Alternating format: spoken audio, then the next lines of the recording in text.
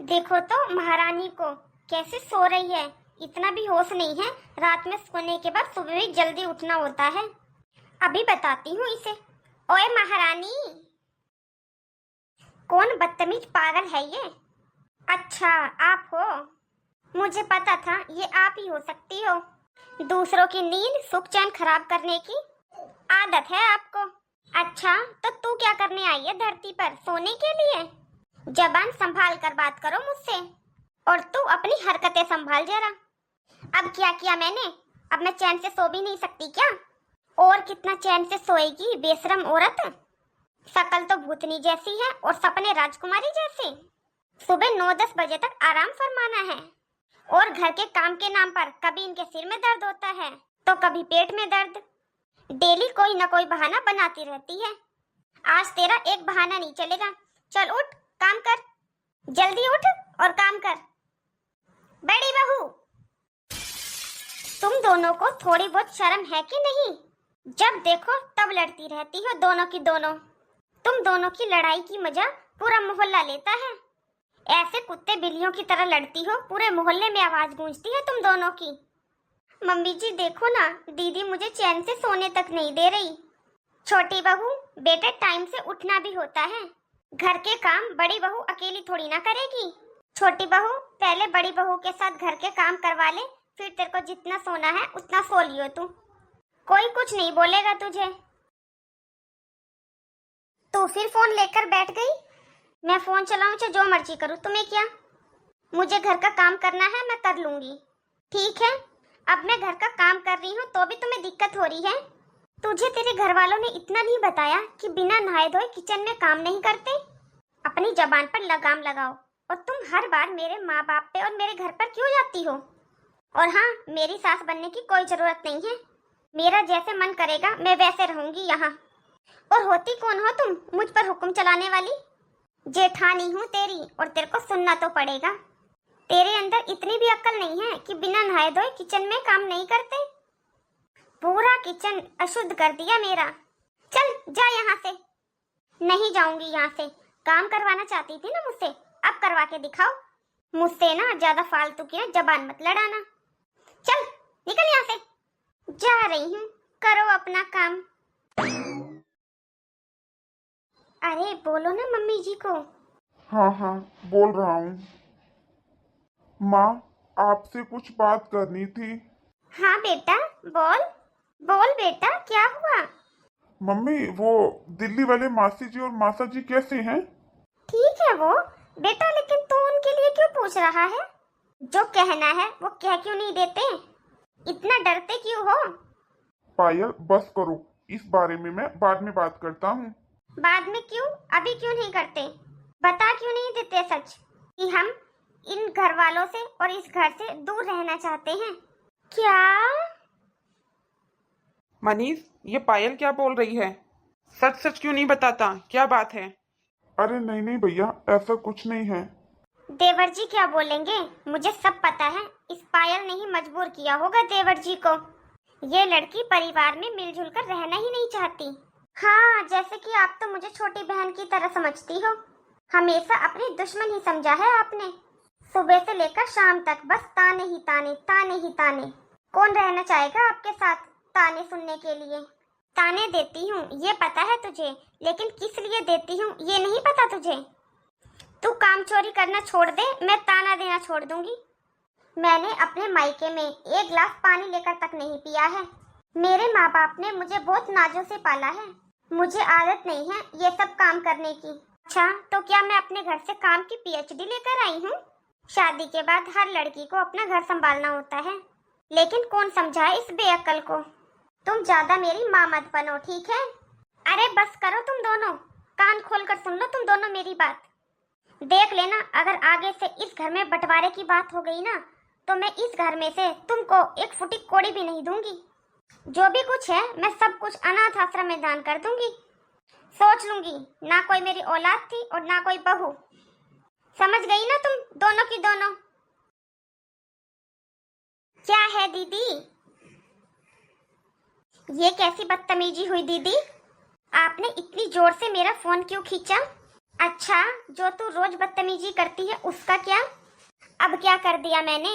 अब तो मैं शांति से बैठकर फोन चला रही थी ना। पहले अपना घर का सारा काम कर, उसके बाद शांति से बैठकर जो मर्जी करना है वो कर। सुबह के बर्तन मैंने धुले थे, शाम के बर्तन तू धोने वाली थी, और अब रात होने वाली है और मैडम यहाँ बैठकर फोन चला रही है, रील्स देख रही है। अगर आपको इतनी ही चिंता है तो आप खुद क्यों नहीं धो लेते बर्तन? यहाँ पर आकर मेरे साथ टाइम पास नहीं करती।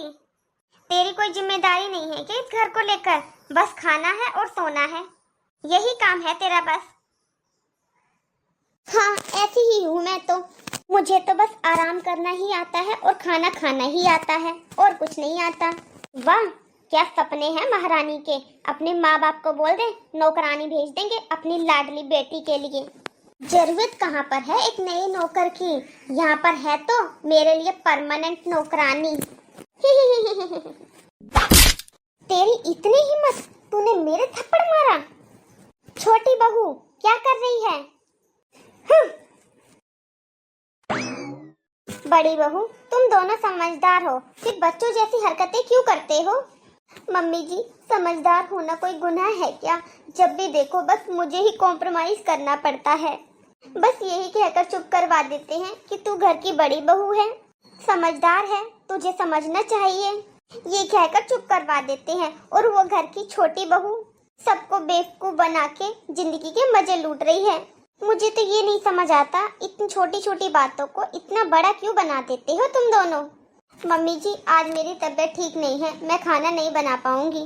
ठीक है, कोई बात नहीं बहू, खाना मैं बना लूंगी। मम्मी जी, खाना आप क्यों बनाओगी? उस महारानी को कहो ना, वो बनाएगी। चल ठीक है, मैं उसको बोल देती हूँ, शाम का खाना आज वो बना लेगी। और ज्योति, आजकल तो तू घर से बाहर निकलती ही नहीं है। बस ऐसे ही।